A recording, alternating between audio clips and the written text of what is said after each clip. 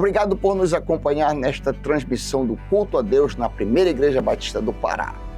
Somos uma igreja que expõe a palavra de Deus e cremos que a Bíblia é inerrante, infalível e suficiente para nos tornar mais parecidos com Jesus. Queremos te encorajar a estar conosco em nossos cultos presenciais aos domingos, às quartas e aos sábados. Assim, poderemos celebrar juntos o Deus vivo e aprendermos mais as verdades de sua palavra. Se você tomou alguma decisão, entre em contato conosco através do nosso site e das redes sociais. Queremos orar por você e ajudá-lo na sua caminhada com Cristo. Que Deus te abençoe copiosamente em nome de Jesus. Amém. Boa noite, que a graça e a paz do nosso Senhor Jesus esteja na vida de cada um de nós. Amém? Abra sua Bíblia, por favor, em 1 Tessalonicenses, capítulo 2, versículo 17 e 18. Olha só o tema da mensagem de hoje, hein? É uma citação direta do versículo 18, parte B. Tá bom? A gente vai conversar acerca de um assunto tão importante. Pregar expositivamente nos leva muitas vezes a navegar em áreas importantes com relação à fé cristã, inclusive no nosso mundo, né, tenebroso que nós vivemos atualmente. Meus irmãos, quando você está abrindo em 1 Tessalonicenses capítulo 2, versículos 17 e 18, deixa eu contar uma história para vocês. Há mais ou menos 24 anos atrás, no ano de 2001, eu e a Ana Cláudia, nós éramos missionários batistas lá no norte do Rio Grande do Sul, trabalhando com plantação de igreja. A gente morava numa cidade chamada Getúlio Vargas e ajudávamos com outras cidades, como a cidade de Sertão, Tapejara, a região de Capoeirê, perto de Erechim, e também uma cidade chamada Erebango, com plantação de igreja, obra missionária.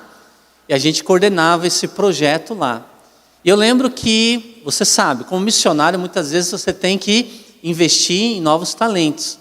E um perfil, tanto meu como a Ana Cláudia na época, era voltado muito com juventude naquela região.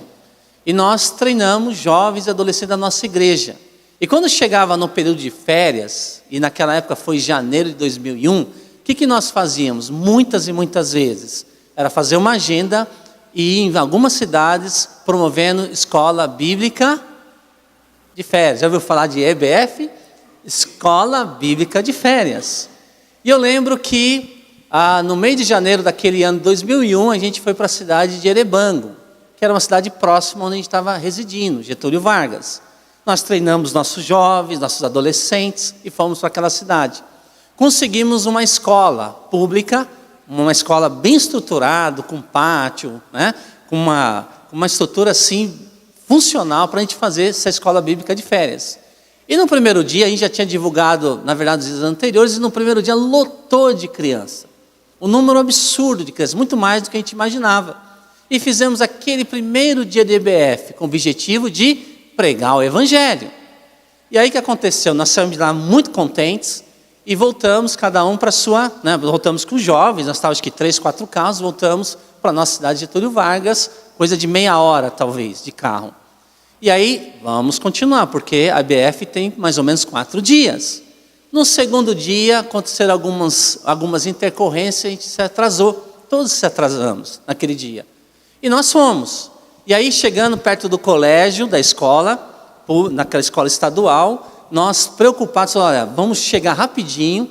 E nós usávamos especialmente uma sala enorme, que cabia mais de 100 crianças naquela sala. Era a sala principal da escola, onde havia vídeos, né, onde havia projeção, era uma sala preparada justamente para várias atividades. E a escola emprestou para nós. E no primeiro dia a gente decorou para a IBF, né, teve fantoche, uma série de coisas, cânticos, ensino da palavra de Deus. Mas quando a gente chegou atrasado, a gente já estava sentindo vergonha. Por quê? No mínimo, essas crianças estão tudo na sala de aula. Nós vamos ter aquele momento, né, de tirá-las da sala de aula, para a gente organizar a sala e assim, né, chamá-las de volta para apresentar a IBF e a mensagem do Evangelho. E naquela tarde foi surpresa nossa. Quando a gente chegou por volta de umas 3 da tarde, as crianças não estavam na sala. Elas estavam no pátio. Aí a gente pensou, ufa, que bom, vamos ganhar tempo. Vamos organizar a sala? Vamos, corre aqui, organiza, põe varal, põe negócio de fantoche, pendura os cânticos, né?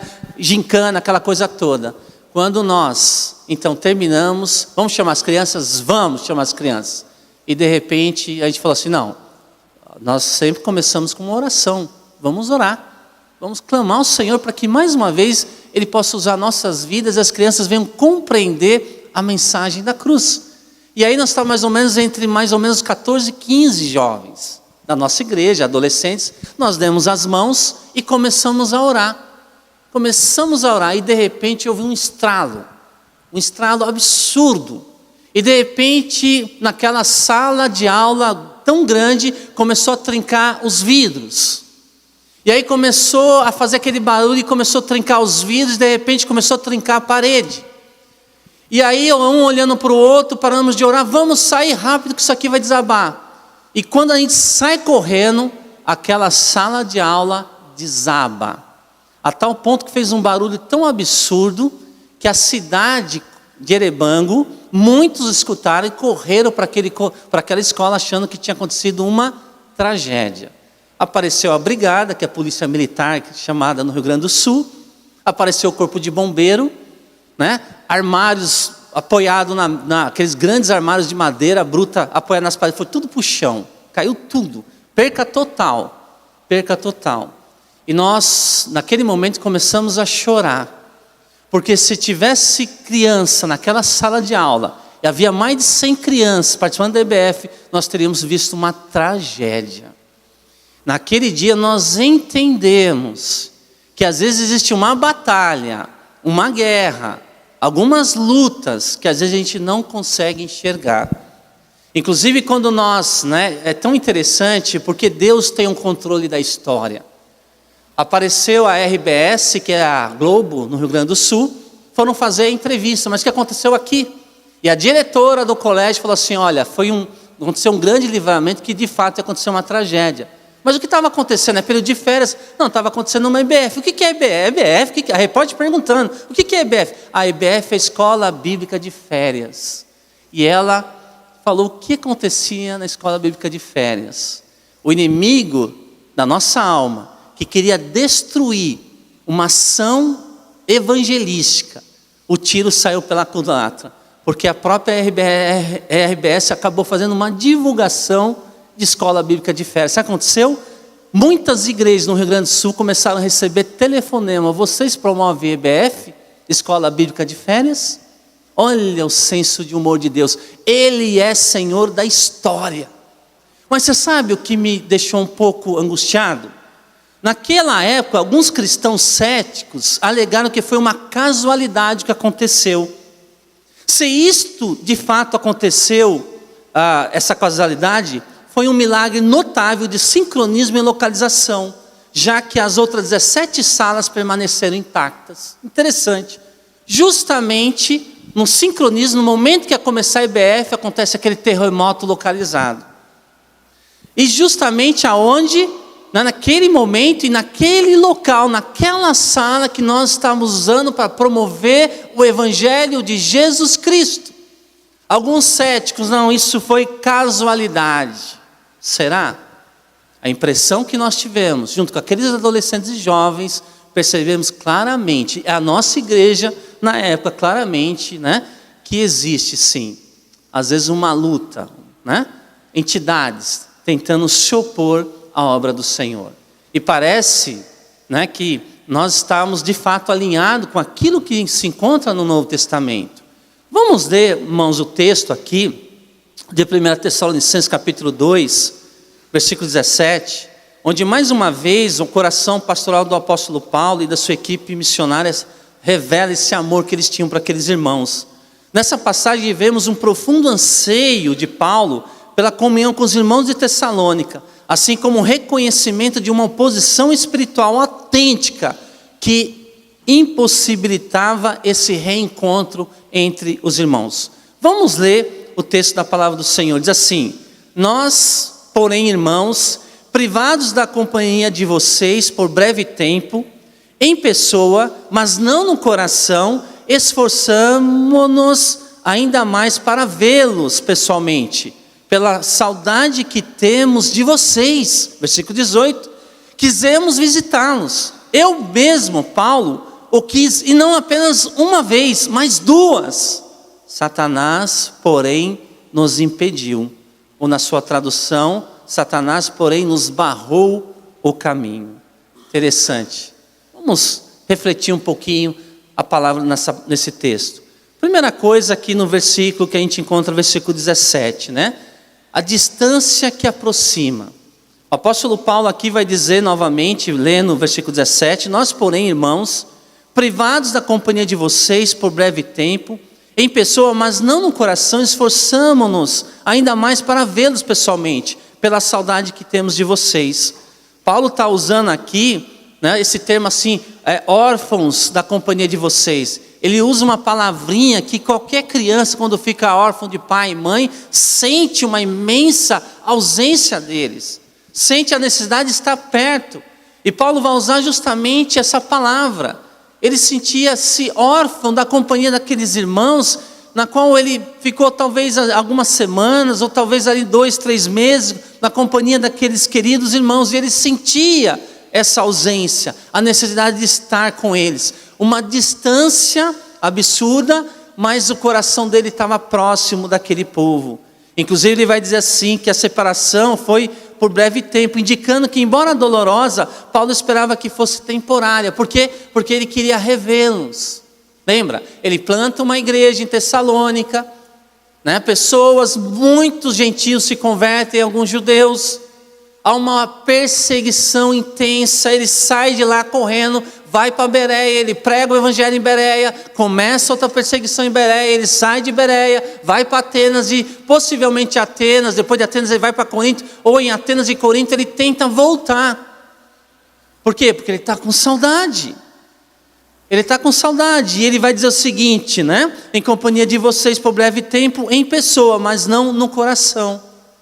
Ele entende que, apesar dessa distância, né, face a face não consegue enxergar eles, mas o seu coração pulsa para ter comunhão e rever aqueles queridos irmãos que se encontram naquela região. A distância física não diminuiu o amor, a preocupação e a conexão espiritual que ele sentia por eles. O vínculo afetivo de Paulo permaneceu o quê? Inabalado. Por isso que ele se organiza. E nós vamos ver que essa era uma característica do ministério do apóstolo Paulo. Em 2 Coríntios capítulo 2, 4, ele vai dizer mais ou menos algo parecido. Porque em muita tribulação e angústia de coração vos escrevi com muitas lágrimas. Era uma pessoa altamente intelectual, mas tinha um coração quebrantado. A sua emoção também era direcionada para a vida daqueles irmãos. Exemplo de Corinto, como os irmãos de Tessalônica. Paulo escrevendo também para Filipenses 1:8, ele diz o seguinte, Filipenses 1:8, pois Deus é minha testemunha da saudade que tenho de todos vós. Então você percebe essa característica, esse carinho, esse amor, que não era uma falsidade. São muitos versículos nas epístolas de Paulo onde ele compartilha isso, que ele deseja esse relacionamento próximo daqueles irmãos e de outros irmãos. Ele quer ser um rosto conhecido, mas ele também quer conhecer mais e mais pessoas. Então, irmãos, nós como igreja devemos reconhecer que sentir saudade de irmãos é a expressão legítima de amor cristão.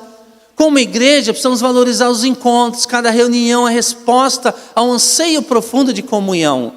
O amor genuíno não se contenta com a distância, mas se esforça com desejo ardente para buscar a comunhão e a presença física dos nossos irmãos. É uma característica. Na verdade, a razão de existir da igreja são 5. É adoração, é evangelismo, é discipulado, é comunhão e por último é serviço, dons espirituais. Comunhão faz parte. Não dá para ser cristão, nos cumprimentarmos apenas como boa noite, boa tarde e sairmos da igreja sem envolvimento, sem se deixar conhecer e também conhecer outras pessoas. Essa era a característica do apóstolo Paulo. E eu lembro, irmãos, poucos anos atrás, você vai lembrar disso, o período da Covid, né? Lockdown, quarentena, distanciamento social. Que terrível foi aquele momento. Tentávamos de uma forma ou de outra ter às vezes culto virtual para tentar, né, diminuir a distância, mas como é importante esse vínculo, esse relacionamento uns com os outros.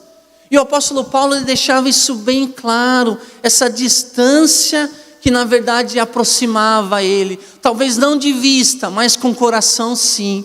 Por isso que ele orava e buscava a Deus, para que Deus fortalecesse esses cristãos num vínculo do amor e da paz uns com os outros. E aí ele vai entrar no versículo, né, que praticamente é a base do sermão de hoje. Olha só, lá para o versículo 18, a realidade da oposição espiritual no versículo 18. Aí ele vai dizer o seguinte: por isso quisemos ir até vós. Ele vai dizer assim, não foi apenas de fachada, eu não falei por falar não, eu me organizei, foi feito um planejamento, e olha, não foi uma vez, foram 2 vezes, e ele vai dizer o porquê ele acabou não revendo os irmãos ali de Tessalônica quando ele escreve essa carta. Ele diz assim: por isso quisemos ir até vós, eu, Paulo, não somente uma vez, mas 2, Satanás porém nos impediu. Olha só, né? Satanás, porém, nos impediu, ou na revista atualizada, nos barrou o caminho. Cada vez que tentavam voltar, eram impedidos. Seus esforços para retornar foram tão grandes, e os obstáculos colocados contra eles tão severos, que a única explicação era reconhecer o envolvimento direto de atividades satânicas por trás dessa situação. O verbo aqui na sua Bíblia, impediu, ou nos barrou o caminho, esse verbo aqui, né, impediu, é uma metáfora militar para bloquear, fazer trincheira. Ele está dizendo que justamente o inimigo da alma, da nossa alma, Satanás, ele fez trincheira, ele impediu, criando um bloqueio, claramente ele usa esse termo, para impedir, né, que ele pudesse chegar em Tessalônica.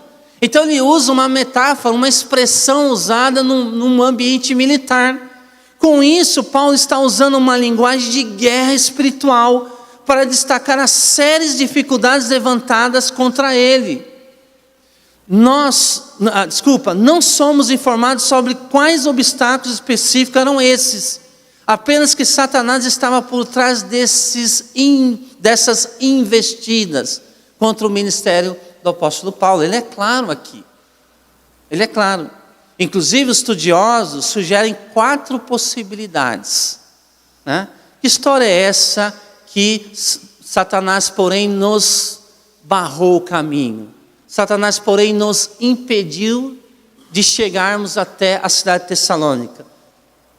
O que está por trás? O que significa isso, afinal de contas? Nós vamos ver daqui a pouco, mas antes disso, eu vou pedir que o Weber pudesse projetar uma imagem aqui. Pode ser, Weber, a primeira imagem? São 2. Ele vai projetar a primeira, tá? Olha só, mas antes da gente conversar sobre essa expressão, mas antes, se fôssemos reunir as questões relativas à existência, à origem, ao confinamento de alguns dos anjos caídos, poderíamos fazer o seguinte gráfico. Aqui, Dr. Charles Hyde faz um gráfico, um teólogo já falecido, que ele vai mostrar um pouquinho, né, desse gráfico. O que acontece? Olha só, nós vamos ver que todos os anjos foram criados por Deus, está na Bíblia, ok? Colossenses 1,16 diz assim: pois em Jesus foram criadas todas as coisas, nos céus e na terra, as visíveis e as invisíveis, quer principado, quer potestade, ou seja, tudo foi criado pelo nosso Rei Jesus. Lá no Salmo 145, versículo 2 até o versículo 5, vai dizer que, aliás, ele faz um convite, né? Todos os anjos louvem a Deus, os exércitos dos céus louvem a Deus, a lua louvem a Deus, o universo, as estrelas louvem a Deus. Aí ele fala no verso 5, louvem o nome do Senhor, pois mandou Ele e foram criadas, ou seja, tudo que foi criado. Então, da mesma forma que você foi criado por Deus, os anjos também foram. Naquele período de 6 dias de atividade criativa do Senhor. A Bíblia é muito clara, tá? E aí todos os anjos foram criados como está em Colossenses 1,16 e Salmo 148. E aí nós entramos aí a questão dos anjos. Anjos, a Bíblia mostra que nós temos os anjos, né, chamados anjos eleitos. Lembra aquela rebelião de Lúcifer, ok? Que é relatado lá em Isaías 14, Ezequiel 28. Se rebelou contra Deus e arrastou 1/3 dos demais anjos, mas 1/3 se rebelaram contra Deus, os demais não. Que são chamados, esses demais são chamados de anjos eleitos do Senhor. São os querubins, os serafins, o anjo Gabriel, o arcanjo Miguel, anjos eleitos, na qual não se deixaram contaminar pelo pecado. Mas nós temos o que? Uma leva de anjos que se rebelaram com Satanás. Anjos, né, que foram amotinados juntamente com Satanás. Você vai ver isso em Mateus 25, 41, em Lucas 10, 18, que Jesus fala assim: eu vi ele caindo dos céus. Uma referência também de Isaías 14, Jesus usa essa referência. Você vai ver em Apocalipse 12, versículo 4, né, e também Isaías 14, Ezequiel 28. Ou seja, né, atividade desses anjos decaídos, anjos malignos, né, chamado de Satanás e os demônios. Aliás, em Ezequiel 14, uma profecia de Deus contra a Babilônia, contra o rei da Babilônia. Mas é uma referência que vai além de um personagem humano. Quando você lê o texto, você percebe que é uma referência direta, que por trás desse rei da Babilônia havia uma entidade, e essa entidade tem nome: Satanás. Você vai ver também a profecia do Senhor em Ezequiel 28, direcionado a quem? Ao rei de Tiro. E aí é uma profecia que vai além de uma figura humana, não cabe numa figura humana. E aí não tem como, os melhores teólogos concordam que é uma referência também a uma personagem sobre-humano, e só pode estar falando do príncipe das trevas. Então nós vamos ver isso. E aí o que acontece? Anjos rebelados com Satanás, né? E aí você vai ver demônios livres e ativos, né? Está lá nas Escrituras, Efésios capítulo 6, versículo 12, vai dizer que pois a nossa luta não é contra seres humanos, mas contra os poderes e autoridades, contra os dominadores deste mundo de trevas, contra as forças espirituais do mal nas regiões celestiais. Está lá no texto da palavra de Deus. Nós temos o que? Entidades malignas soltas, mas nós também temos demônios confinados. E desses demônios confinados, nós temos confinados temporariamente, como diz lá em Apocalipse 9, de 1 a 15. E nós temos também demônios confinados permanentemente. Ou seja, a índole é tão maligna que eles estão presos já. E só vão sair para o lago diretamente para condenação no lago de fogo. Olha o que diz 2 de Pedro 2,4. Abra lá 2 de Pedro 2,4 na sua Bíblia. Diz assim: ora, se Deus não poupou anjos quando pecaram, antes precipitando-os no inferno, os entregou a abismos de trevas, reservando-os para juízo. Estão presos, esperando o quê? O julgamento final.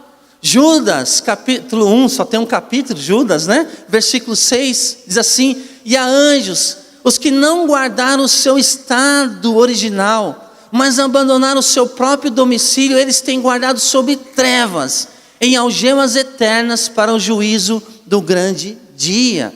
Então você vai ver um pouquinho desse gráfico, ok? Então, no final, você vai ver ali, ó, todos os anjos todos os anjos amotinados serão lançados no lago de fogo, né? Satanás, seus demônios, todos eles, está lá em Apocalipse 20, versículo 10, né? E você vai ver isso também, a fala de Jesus nos evangelhos, tá bom? Aliás, Apocalipse 12, versículo 12, diz assim que ele sabe que resta pouco tempo, por isso que ele, né, é uma fúria incontrolável, né, o tempo todo se levantando contra a igreja, controlando nações, povos, governantes e assim por diante, mas o seu tempo é breve. Aqui está um pouquinho do resumo do que nós estamos falando. E aí o que acontece, irmãos? nós vamos então para o final da parte B do versículo 18. Heber, pode colocar a segunda imagem, por favor? Um pequeno resumo. Satanás, porém, nos impediu. Satanás, porém, nos barrou o caminho. Então, existem 4 possibilidades relacionadas à interpretação desse versículo.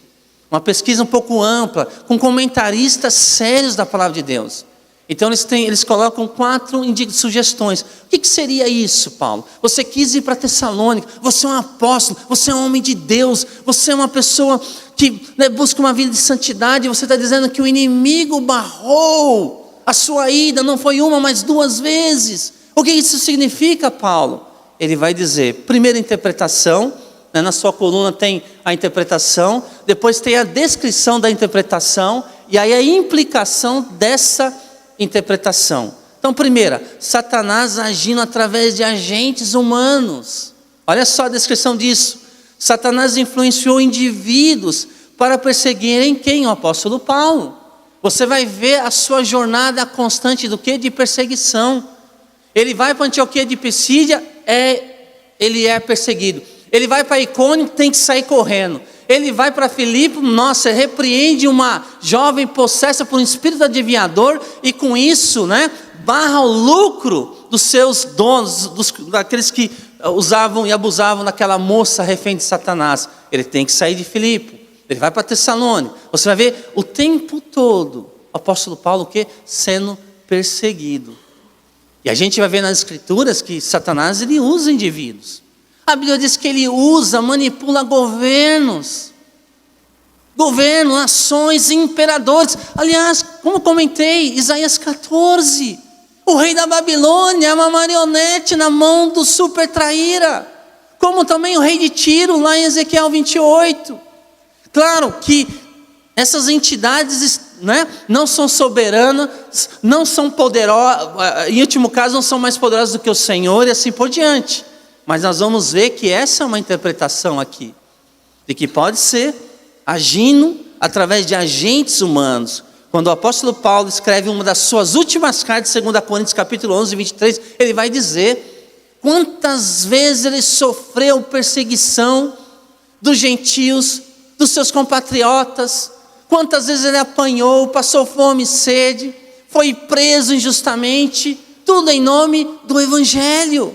Ele vai dizer isso, ele faz essa descrição. E qual a implicação aqui? Destaca a maneira como forças espirituais podem operar através de ações humanas para alcançar seus objetivos. Essa é a característica do inimigo da nossa alma. Uma segunda possibilidade seria obstáculos circunstanciais influenciados por Satanás.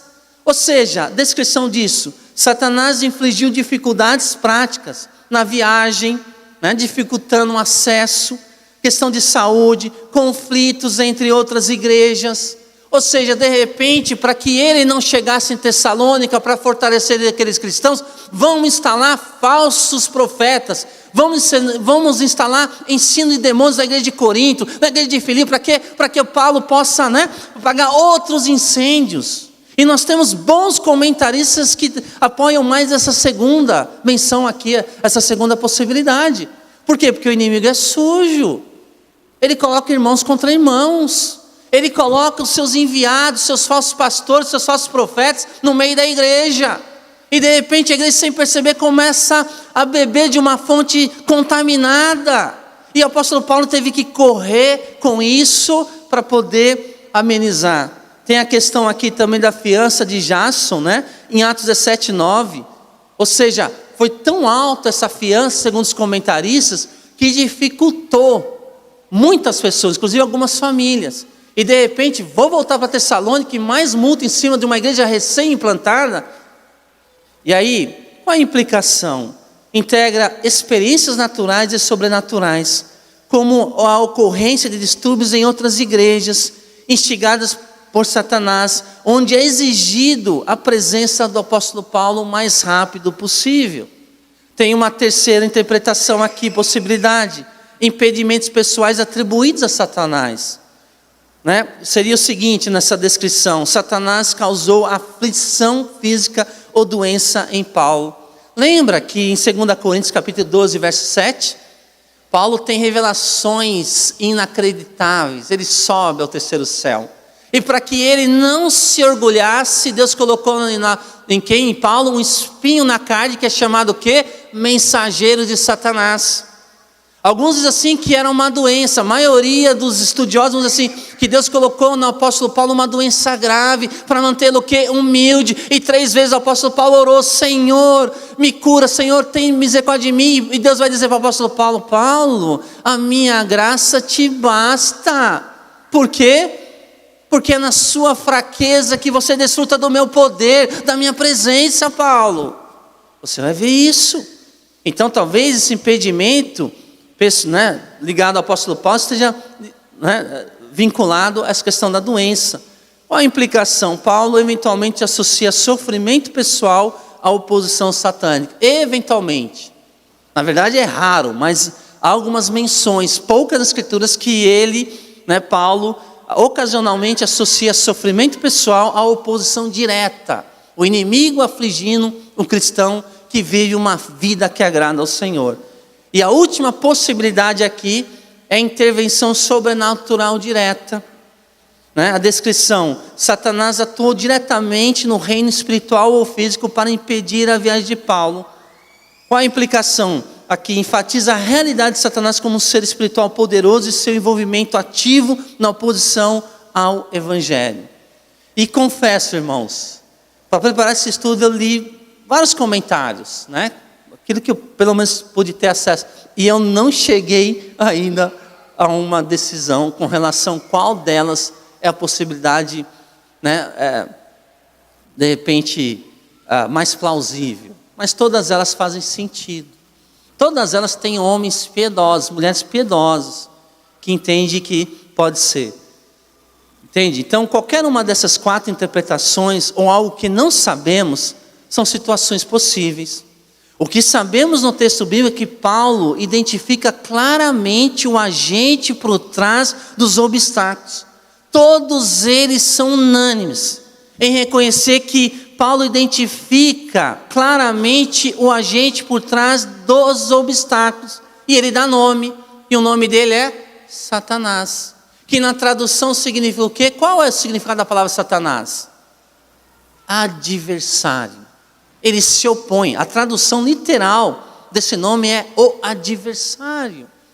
Ou seja, ele não é seu amiguinho não. Tá? Ele não é seu amiguinho não. Ele veio para matar, roubar e destruir. Então, outra coisa que sabemos no texto bíblico é que Satanás queria ver a missão em Tessalônica fracassar, e assim ofereceu oposição sempre que é possível. Isso reflete uma declaração em Efésios 6,12. Lembra que eu li Efésios 6,12? Pois a nossa luta, está dizendo assim, você tem uma luta. Paulo está dizendo aos irmãos de Éfeso: irmãos, pois a nossa luta, você está em guerra, não é parque de diversão, não brinca.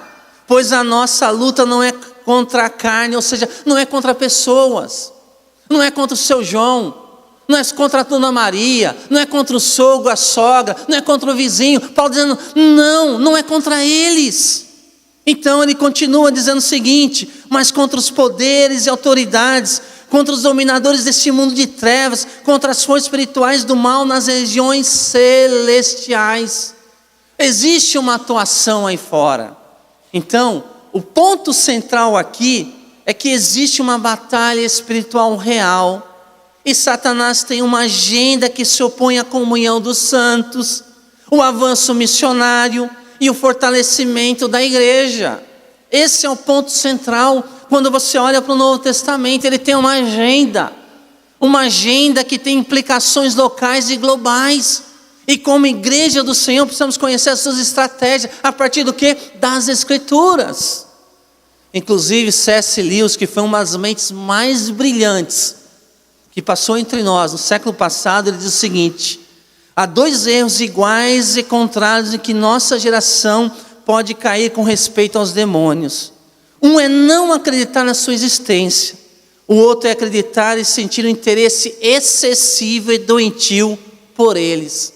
Sabe que C.S. Lewis, esse doutor que deu aula nas maiores universidades europeias, especialmente na Inglaterra, Ele está dizendo que o pêndulo está entre subestimar e superestimar Satanás.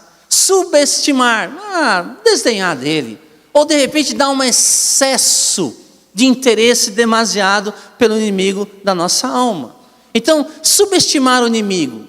Há muitas pessoas céticas e ingênuas que negam a existência do diabo, desconhecem seu poder, suas estratégias, seus agentes, acham que o diabo é apenas uma lenda, uma personificação do mal, um mito ou uma energia negativa.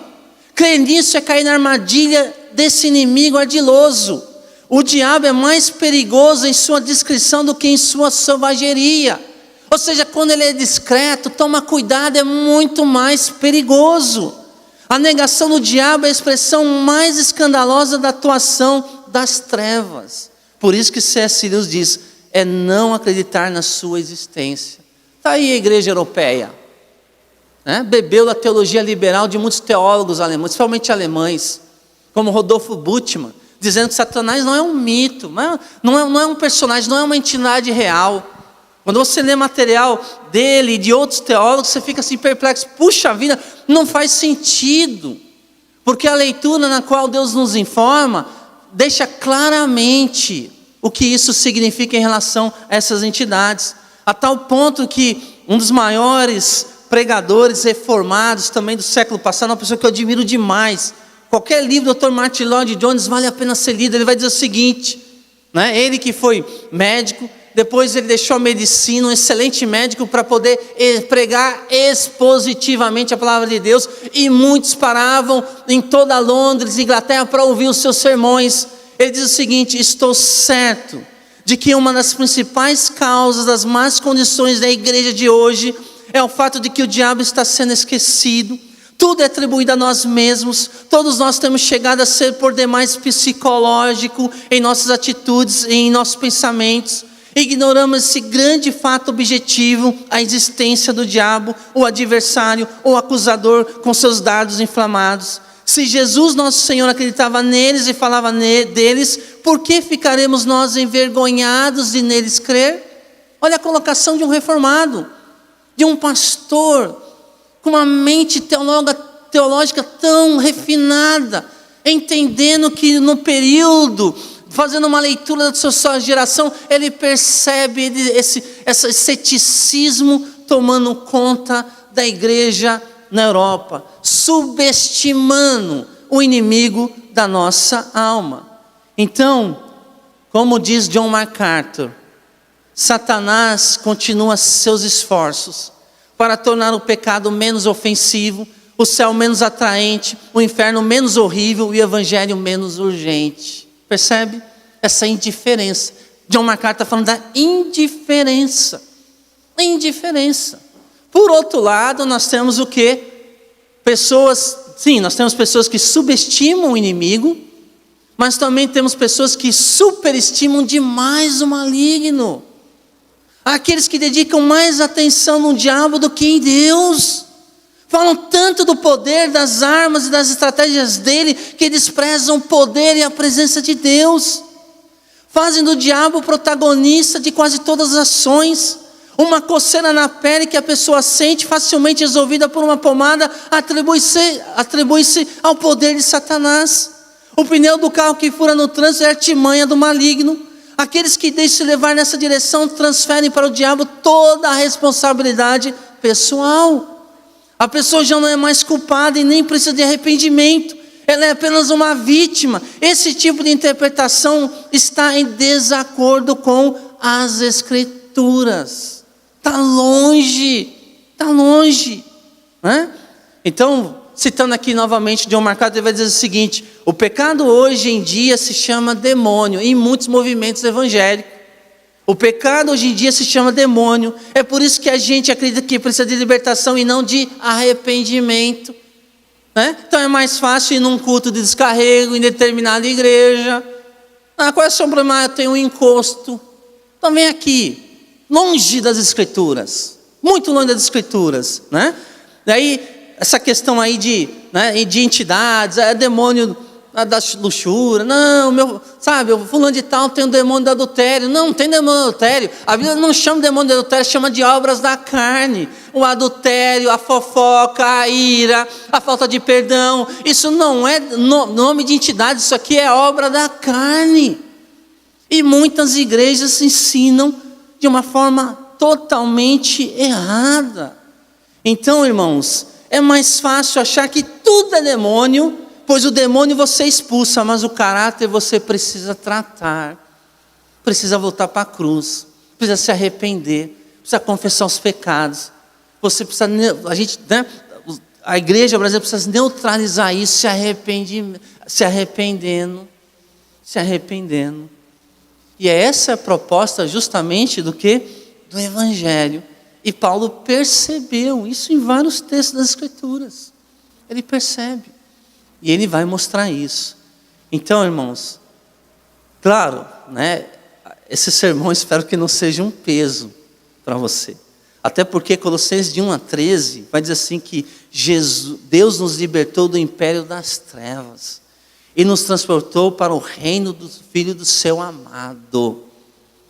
Ok? Nós estamos agora em reinos diferentes. Você que tem a marca do Cordeiro pode sair daqui seguro de que maior é o que está em você do que aquele que está no mundo. Você pode ter essa certeza. Amém? Amém. Irmãos, deu meu tempo. Nós vamos ter a parte B, tá bom? Parte 2 ainda desse texto de 1 Tessalonicenses capítulo 2, especialmente 18b. Amém? Que Deus nos renove dia a dia, que possamos sempre sair na autoridade que vem desse Deus na qual servimos.